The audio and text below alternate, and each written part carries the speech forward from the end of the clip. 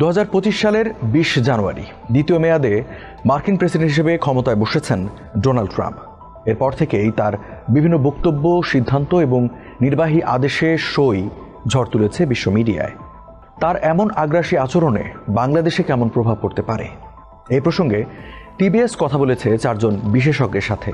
চলুন জেনে নেই তাদের দৃষ্টিতে ট্রাম্প 2.0 প্রশাসনের আমলে কেমন যাবে বাংলাদেশ 2.0। সঙ্গে আছে আমি রঞ্জু ইফতেখার। দ্বিতীয় মেয়াদে ট্রাম্প ঘোষণা করেছেন এখনই শুরু হচ্ছে আমেরিকার স্বর্ণযুগ।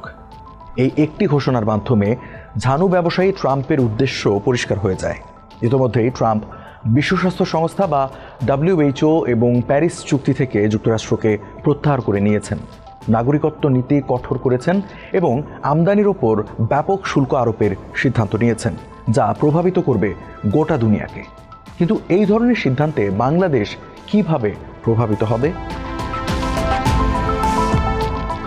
বাংলাদেশে ট্রাম্পের আমদানি শুল্কের প্রভাব কেমন হবে তা এই মুহূর্তে বলা মুশকিল, কারণ এখনও এটি স্পষ্টভাবে নির্ধারণ করা হয়নি। ডোনাল্ড ট্রাম্প যদি প্রতিটি দেশের জন্য একই ধরনের শুল্ক আরোপ করেন তা খুব বেশি পার্থক্য তৈরি করবে না। দেশভিত্তিতে ভিন্ন ভিন্ন শুল্ক আরোপ করলে এর মারাত্মক প্রভাব পড়তে পারে। ট্রাম্প কোন পথে যাচ্ছেন তা জানতে আমাদের আরও অপেক্ষা করতে হবে। এসব কথা বলেছেন বেসরকারি গবেষণা সংস্থা সিপিডির সম্মানীয় ফেলো অধ্যাপক ডক্টর মুস্তাফিজুর রহমান। তিনি বলেন, ট্রাম্প তৈরি পোশাক আমদানিতে চীনে 50% এবং বাংলাদেশে 10% শুল্ক আরোপ করলে আমাদের লাভই হবে, কারণ আমাদের তৈরি পোশাক রপ্তানির বড় ক্রেতা যুক্তরাষ্ট্র। এছাড়া শ্রম অধিকার ও পণ্যের গুণাবলীর কঠোর পরিদর্শনের মতো বিভিন্ন শিল্পের মানের ওপরও জোর দিতে পারেন ট্রাম্প। আর স্বল্পোন্নত দেশ থেকে উত্তরণের জন্য কিছু আন্তর্জাতিক সহায়তা দরকার। এর বিরুদ্ধে ট্রাম্প কঠোর অবস্থান নিলে তা আমাদের জন্য চ্যালেঞ্জ হবে। রপ্তানিতে প্রতিযোগিতামূলক চাপ তীব্রতর হতে পারে। নির্বাচনী প্রতিশ্রুতি পূরণের জন্য নির্বাহী আদেশে সই করছেন ট্রাম্প। নতুন অভিবাসন নীতি বাংলাদেশিদের ওপর প্রভাব ফেলতে পারে। জন্মসূত্রে নাগরিকত্বের সুবিধা বাদ দিলে তা বাংলাদেশি প্রবাসী সহ বিশ্বব্যাপী অনেক ব্যক্তিকেই প্রভাবিত করতে পারে, বলছিলেন যুক্তরাষ্ট্রে নিযুক্ত বাংলাদেশের সাবেক রাষ্ট্রদূত হুমায়ুন কবির। তিনি আরও বলেন, এরই মধ্যে ইমিগ্রেশন এবং কাস্টমস এনফোর্সমেন্ট যুক্তরাষ্ট্রের বিভিন্ন শহরে অভিযান শুরু করেছে।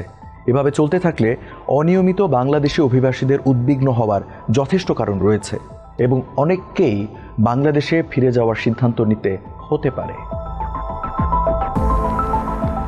দ্বিতীয়ত, বিশ্বব্যাপী ব্যয় পুনর্মূল্যায়ন করতে 90 দিনের জন্য বৈদেশিক সহায়তা স্থগিতের ঘোষণা দিয়েছেন ট্রাম্প।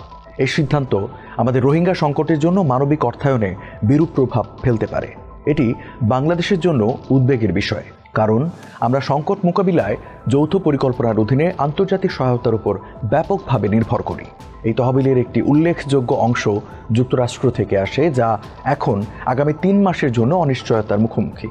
এছাড়া বিশ্ব স্বাস্থ্য সংস্থা এবং প্যারিস চুক্তি দুইটা থেকেই যুক্তরাষ্ট্র নিজেকে প্রত্যাহার করে নিয়েছে, যা অবশ্যই প্রভাব ফেলবে বাংলাদেশে। কারণ একদিকে বাংলাদেশ জলবায়ু সংবেদনশীল দেশ, অন্যদিকে এর স্বাস্থ্যসেবা ব্যবস্থা ভঙ্গুর। হুমায়ুন কবিরের মতে এই খাতে মার্কিন নেতৃত্ব এবং এর তহবিল হারানো আমাদের মতো উন্নয়নশীল দেশগুলোর জন্য আরও অনিশ্চয়তা এবং চ্যালেঞ্জ যোগ করবে। তবে বাংলাদেশে গণ অভ্যুত্থান ঘটেছিল দেশকে গণতান্ত্রিক প্রক্রিয়ার দিকে ঠেলে দেওয়ার জন্য এবং সংস্কারের প্রচেষ্টা চলছে। বাংলাদেশ অর্থনৈতিকভাবে শক্তিশালী হলে এবং একটি অন্তর্ভুক্তিমূলক রাষ্ট্রে রূপান্তরিত হলে এই অঞ্চলে যুক্তরাষ্ট্রের ভূ রাজনৈতিক লক্ষ্য পূরণে গুরুত্বপূর্ণ ভূমিকা রাখবে। তাই আমি বিশ্বাস করি ট্রাম্প প্রশাসন অন্তর্বর্তী সরকারের সাথে সহযোগিতামূলক সম্পর্ক বজায় রাখবে। বিশ্ব স্বাস্থ্য সংস্থা বা WHO থেকে যুক্তরাষ্ট্রের বেরিয়ে যাওয়া একটি গুরুত্বপূর্ণ বিষয়। WHO অনেক বিষয়ে বিভিন্ন সরকারকে সহায়তা দেয়। চিকিৎসা পণ্য, চিকিৎসা কর্মশক্তি, রক্তসহ বেশ কিছু বিষয়ে আমাদের প্রযুক্তিগত সহায়তা প্রদান করে সংস্থাটি। স্বাভাবিকভাবেই সেই তহবিল কমে গেলে এই ধরনের সমস্ত সহায়তা হ্রাস পাবে, বলছিলেন সিংহেলথ ডিউক NUS গ্লোবাল হেলথ ইনস্টিটিউটের সহযোগী অধ্যাপক ডাক্তার তৌফিক জোয়ারদার। তিনি আরও বলেন, আমরা স্বাস্থ্য খাতে যথেষ্ট তহবিল পাই মার্কিন সহায়তা থেকে, বিশেষ করে USAID থেকে। সংস্থাটি অপুষ্টি মোকাবিলায় উল্লেখযোগ্য তহবিল সরবরাহ করে। এ ধরনের সব তহবিল পর্যালোচনা করা হবে বলে ঘোষণা দিয়েছেন নবনির্বাচিত মার্কিন প্রেসিডেন্ট। এসব সহায়তা যদি পর্যালোচনা শেষে অপ্রয়োজনীয় বলে মনে করা হয়, সেগুলো সম্পূর্ণরূপে বন্ধ করা হতে পারে। আর এই অর্থায়ন বন্ধ হলে বাংলাদেশের অনেক প্রকল্প থমকে যাবে। গ্রামীণ এলাকায় বিভিন্ন এনজিও এই তহবিল দিয়ে কাজ করে। যদি এই তহবিল বন্ধ হয়ে যায়, অনেক প্রকল্প স্থায়ীভাবে বন্ধ হয়ে যেতে পারে, যা বাংলাদেশের জন্য একটি বড় ধাক্কা হবে। এতদিন সম্পর্ক বজায় রাখার জন্য যুক্তরাষ্ট্র মার্কিন পররাষ্ট্রনীতির সীমাবদ্ধতার বাইরে গিয়েও বৈশ্বিক সহায়তা প্রদান করত। এখন এই ধরনের সমর্থন বন্ধ করা দেশের জন্যই বিব্রতকর। সেটা বাংলাদেশ সরকারের উপর অতিরিক্ত চাপ সৃষ্টি করবে, তাদেরকে মার্কিন নীতির সাথে একমত হতে বাধ্য করতেও পারে। শেষ পর্যন্ত দুই সরকারই এমন পরিস্থিতিতে চ্যালেঞ্জের মুখোমুখি হবে। এছাড়া এসব সহায়তার মধ্যে যৌন এবং মাতৃস্বাস্থ্য অন্তর্ভুক্ত। ইউএসএআইডিতে কর্মরত অনেকের মতে, রিপাবলিকানরা যখন ক্ষমতায় আসে তখন এসব সহায়তার ক্ষেত্রে কিছু সীমাবদ্ধতা তৈরি হয়।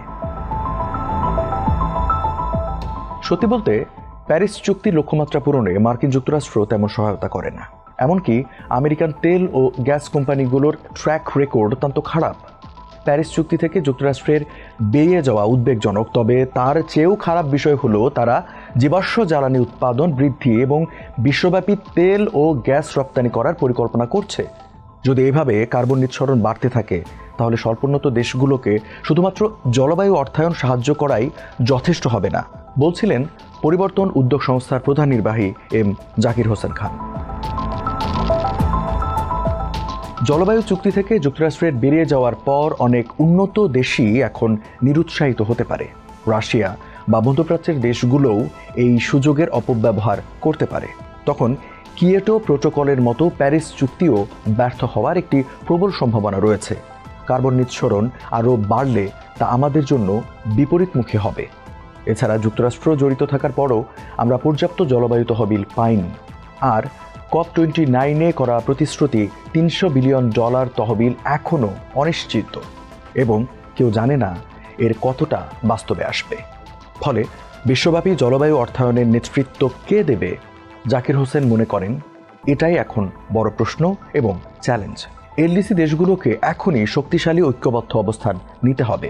এই বছরের মধ্যে মৌলিক বিষয়গুলোতে তাদের যৌথ পদক্ষেপ নিতে হবে। একটি সমীক্ষায় দেখা গেছে মাত্র 57টি তেল, গ্যাস, কয়লা এবং সিমেন্ট কোম্পানি বিশ্বব্যাপী 80% কার্বন ডাইঅক্সাইড নির্গমনের জন্য সরাসরি দায়ী। একটি সম্ভাব্য পন্থা হতে পারে এই কোম্পানিগুলোকে 2030 সালের মধ্যে তাদের কার্বন নিঃসরণ 50% কমিয়ে আনতে একটি আলটিমেটাম দেওয়া। অন্যথায় এলডিসি দেশগুলি স্থানীয়ভাবে তাদের পণ্যের উপর কার্বন কর আরোপ করবে।